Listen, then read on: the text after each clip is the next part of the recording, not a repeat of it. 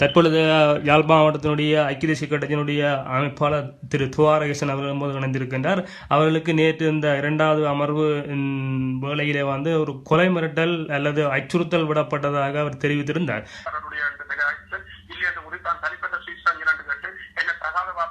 நாங்களும் தகாத வார்த்தையாளர் என்ற நிலைமைக்கு சுமார் 3 நேரம் எங்களை அச்சுறுத்தி இருந்தார். அதிலே எனக்கு தெரிகிறது திரு மூத்த வழக்கறிஞர் கேவி தவராஜா அவர்களுடைய பணிப்பிலே தான் அவர் மிக குடித்திருந்த போல தெரிகிறது. மிக மதுபோதையில் இருந்த தகாத அவ்வளவு கீழ்த்தரமான முறையிலே என்னை அச்சுறுத்தி இருந்தார். ஆனால் அவருடைய எந்த அச்சுறுத்தலையும் நாங்கள் நாளை மறுதினம் சுவிட்சர்லாந்துக்குரிய தூதரகத்துக்கு கொழும்பிலே தூதரகத்துக்கு முழுக்க விளக்கம் அளிக்க இருக்கின்றோம். குற்றப்புலனாய்வு அதிகாரிகளுக்கு இந்த நம்பரை கொடுத்து நாங்கள் என்னுடைய போன் ரெக்கார்டிங் எல்லாத்தையும் செட் பண்ணி முழுக்க பார்ப்பதற்கு இருக்கின்றோம். அவர் நான் நினைக்கிறேன் திரு கேவி தவராஜாவை என்ன பார்த்து கேட்டார், நீங்க எப்படியடா தவராஜாவை அன்னைய பார்த்து உனக்கு ஏழு கூட்டுக்குள்ள ஏற்றுவனு சொல்லுவான்னு கேட்டார். நான் சொன்னேன், கூட்டுக்குள்ள ஏற்றுறால் அவர் தடையத்தாளுக்கு இருந்த குற்றப்புலனாய்வு அதிகாரிகள் விசாரிக்க சட்டத்தர மினிஸ்டருக்கு பார்த்து போறது உங்களுக்கு தெரியும். முன்னாள் நிதியமைச்சர் பொருளாதார அபிவிருத்தி அமைச்சர் 53 நாள் சிறையில் இருக்கிறார் வெத்தல் ராஜபக்ச.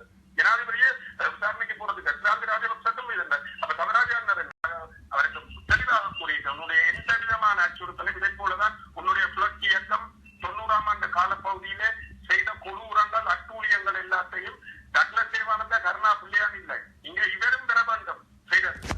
இவர்கள் எங்களுக்கு செய்த அட்டூழியங்கள் எல்லாத்தையும் நான் நிரூபிக்க தயாராக இந்த மிரட்டல் பெறக்கூடாது. வந்தால் இப்பொழுது ஏற்கனவே சுவிட்சர்லாந்து தூதரகம் அறிவித்து விட்டது சுவிஸ்குமாருக்கு தங்களுடைய பிரஜா உரிமை இல்லையாண்டு.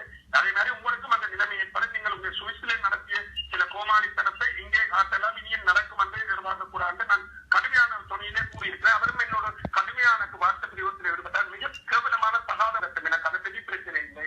ஆனால் அவர் எந்த அச்சுறுத்தலையும் விடலாம். ஆனால் வித்யாவுடைய கொலைக்கு நீதி கிடைப்பதில் மிக அர்ப்பணிப்போடு செயல்படும். எத்தகைய சவால் வந்தாலும் இன்றைக்கு அவருடைய மாணிக்கதாசன், அலவாங்கதாசன், சித்தார்த்தன், ஆர்ஆர் என்பவர்கள் எங்களுக்கு செய்யாத கொடுகுறவும் இல்லை, அட்டூழியம் இல்லை. இது எனக்கு மட்டுமில்லை, நமது ஒட்டுமொத்த தமிழினம் நமது போராட்டத்தை நசுக்குவதற்கு.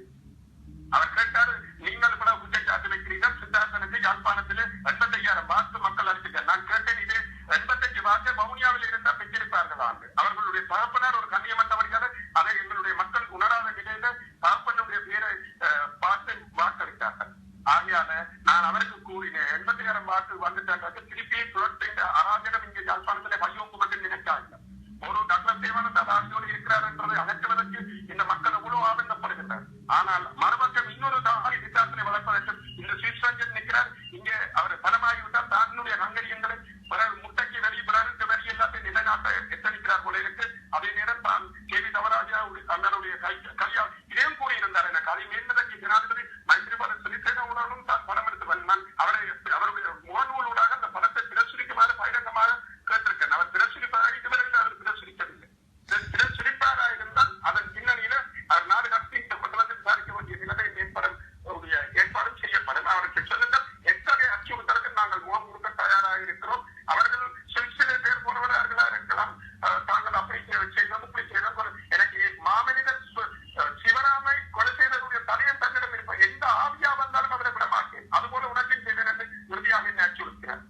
இல்ல, நீங்கள் உங்களால் வைக்கப்படுகின்ற இந்த பாரதூரமான குற்றச்சாட்டின் அடிப்படையில் இலங்கையில் உள்ள சுவிஸ் தூரத்தின் ஊடாக நீங்கள் வழங்கப்படுகின்ற முறைப்பாடும், அதாவது குற்றப்புலனருடைய வேண்டுதலின் அடிப்படையில் இன்டர்போல் ஊடாக, அதாவது சர்வதேச போலீசாரின் உதவியுடன் அவர் நாடு கடத்தப்பட்டு இலங்கையில் அழைத்து வரப்பட்டு விசாரிக்கக்கூடிய வாய்ப்பு இருக்கிறதா?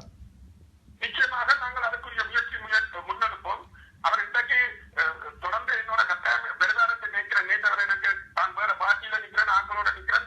என்ன கேட்டால் நீங்கள் மப்பிளராக நீங்கள் கூட வியப்புறம் 2 மணி நாங்க இங்க பின்னிடம் அளக்கலாம், நீங்க பற்றி லோவா இருக்கும் ஒரு சார்ஜ் பண்ணிட்டு கலைஞர் போட்டு போன கட் பண்ண. நிச்சயமாக நாங்கள் சட்ட ரீதியாக எங்களுக்கு விடுக்கப்பட்ட அச்சுறுத்தல் இந்த எதற்காக இந்த வித்யாவுடைய கொலையில நாங்கள் முன்னிக்க கூடாததுக்காக அவருடைய இப்பொழுது இருக்கிற தொழிற்பொருளாக நிச்சயமாக நாங்கள் குற்றப்புலனாய்வு அதிகாரிகளுக்கு இதை தெரிவிப்போம். என்னத்துக்காக இந்த சுவிட்சர்லாந்தில் இதில் எனக்கு போன் எடுத்து இப்படி விரட்டியவர் உங்களுக்கு தெரியும். நான் ரெக்கார்டிங்கும் அவர் எடுத்திருந்தவர். அப்படி நான் சொன்னேன், நான் ஒரு வர்த்தகன், நான் அரசியல்வாதி, என்னை மிரட்டினார்.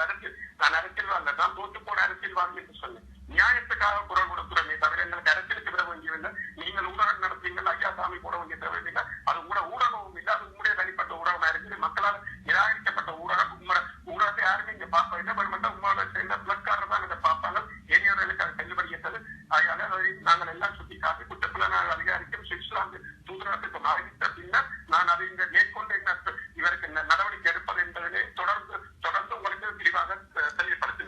மிக்க நன்றி துவாரசமையில் இத்தனை அச்சுறுத்தலுக்கு மேலாக நின்று கொண்டும் இந்த களத்திலே பாதிக்கப்பட்ட அப்பாவி மாணவின் உயிருக்கு நீதி வேண்டியும் ஒரு விடுதலை பெறவும் நீங்கள் அயராது பாடுபடுகின்ற இந்த அர்ப்பணிப்பு நிச்சயம் உங்கள் மக்கள் மத்தியில் உங்களை வாழ வைக்கும். அந்த மக்களுடைய ஏக்கங்களும் தியாகங்களும் நிச்சயமா உங்கள் பின்னால் அணிதிரண்டு ஒத்துழைக்கும் என கூறிக்கொண்டு இந்த மாணவிக்கான விடுதலையை பெற்றுத்தர தொடர்ந்து நீங்கள் போராட வேண்டும் என்று எதிரி இணையத்தின் சார்பாக நாங்கள் மனம் வேண்டி கேட்டுக்கொண்டு விடைபெறுகிறோம். நன்றி, வணக்கம் ஐயா.